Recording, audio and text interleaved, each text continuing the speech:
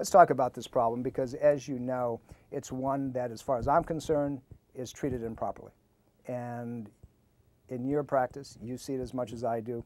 We talked about the mechanics of the stomach. We talked about the acid going into the system. Take it the next step, Scott. Well, I think the other thing is some of the chemistry aspect, because right now what they're thinking about, oh, if you're going to have acid, that's going to be your burning. We're going to have some type of antacid. You have to have some H2 inhibitor. You're going to have some proton pump inhibitor, something that's going to cool everything down. But again, on the other hand, we're also, on one side, we're thinking we're helping. In the long term, we're causing all kinds of major problems along the way.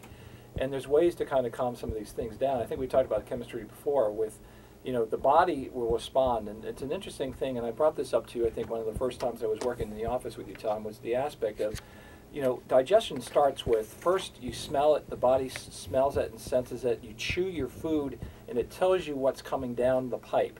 And it's kind of like, my analogy is similar to an uninvited guest coming to your house. If all of a sudden they just show up, what do you do with this person? It's the same thing when you chew your food. You want to chew your food, the body wants to know what's coming down there. Protein actually helps increase some of the acids in the stomach. And if you have a high carbohydrate diet and a low protein diet, that can have some effects on it. That's one of those aspects. You know, there's an interesting study that came out of Europe, and this is what we see often in our practice. They took thousands of patients, and what they found is 66% of these people had no presence of damage in the esophagus or in the stomach due to the supposed presentation of what we've been talking about. You know what they called this thing? NERD. N-E-R-D, NERD, right? Non-erosive reflux disease. Well, that kind of shoots it in the foot because, or other parts of the body, because if it's non-erosive and it's not there, how in God's name can they diagnose it, number one? But this is what we're talking about, things being way too alkaline, or just pressure on the chest, or people eating the wrong damn foods, like too much gluten and the things that they shouldn't be putting in your body anyway. And this is the beginning stages of all this stuff.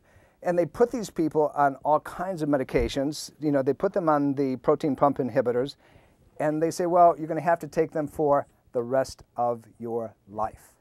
And I sit there, and when I hear, well, my doctor told me I have to take this thing for the rest of my life, my baby green eyes go through the red stage, and I get nervous. I've known to do that before. However, you know, we see that with nerve root pressure. We've seen it with people eating the wrong things. We've seen it with allergy reactions. We see it under stress where the stomach just tightens up. It's not about your stomach producing way too much of the stuff. You know, how often you get heartburn? Well, is it heartburn because you ate too many tortilla chips? And, you know, by the way, we were talking on the way up today. Today, as you said, it should be the GERD bowl instead of, right. So we have, this is a pure structural, chemical, emotional afternoon. And it's going to kick in the stomach acids like nobody's business. Right, you bet. So, you know, the chips and the salsa and the hot dogs and the alcohol and the cigarettes and the cigars and all those things, you're going to burn like crazy. But Scott, let's get back to talking about the mechanics of this thing, because that's really as important as, you know, the side effects. And later on, we're going to talk about the damaging effects if it's not taken care of. But, you know, the pain in the stomach, the nausea, the headache, the chest pain, all these things physicians say are GERD. Well, maybe. The jury's, as far as I'm concerned, is a little bit too soon to its conclusion. However, talk about the mechanics. You talked about the stomach, you talked about this valve, you talk about the incompetency of the valve, but there's a whole lot of other structures that surround this valve. You know, the interesting thing that some people, physicians particularly, don't correlate is somebody who has gastroesophageal reflex symptoms, or we're not even going to call it disease, but symptoms, diaphragm symptoms, hiatal hernia symptoms, often have hip-related pain as well at the same time simultaneously. And it's because of the muscle that you just talked about. That psoas muscle comes down from the upper portion of what we call the low back or the lumbar spine, attaching to the diaphragm, comes all the way down and inserts in the hip. And if that muscle is not balanced because there's neurological irritation to the nerves that go through it, or any of the nerve roots and the muscular systems we've talked about, the hip's going to hurt too, because your normal mechanical gait's not going to work. And so when we look at a patient with GERD, we've got to look at many pieces. We've got to ask the questions, have you had any injury? Have you ever been in a car accident? Have you had bad dental work? Have you had any chest pain that's unassociated with heart disease? And it goes on, and you find that there is a correlation. Also, dietary imbalances, other than the acid foods we're talking about, not getting enough magnesium, not getting enough calcium within the body also can cause the symptom process to come about.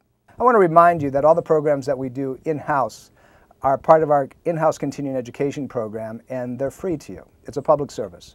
We would love to educate you in any way we possibly can. All you need to do is pick up the phone and call us, because you do need a reservation. And we only have the capacity for about 40 people in our classroom. And if we have more than that, we'll do it twice, but nevertheless, we still need to know. So give us a call.